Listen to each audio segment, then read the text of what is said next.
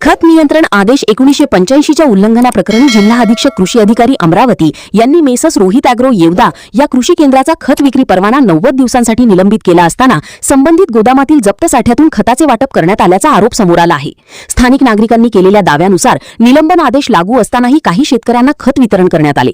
याबाबत कृषी अधिकारी सुरेश रामागडे यांच्याकडे विचारणा करण्यात आली असता संबंधित शेतकऱ्यांची पूर्व नोंदणी बुकिंग असल्यामुळे खताचे वाटप करण्यात आल्याचे त्यांनी सांगितल्याची माहिती आहे असे सांगण्यात येत आहे। दरम्यान खत वाटपाची पावती किंवा अधिकृत विक्री नोंद मागितली असता मशीनमधील रोल संपल्यामुळे पावती देता आली नसल्याचे कारण देण्यात आल्याचा आरोप करण्यात येत आहे। त्यामुळे निलंबन कालावधीत खत वाटप कोणत्या आदेशानुसार करण्यात आले, त्याची नोंद कुठे आहे आणि जप्त साठ्यातून खत वितरणास परवानगी कोणी दिली असे प्रश्न उपस्थित होत आहेत।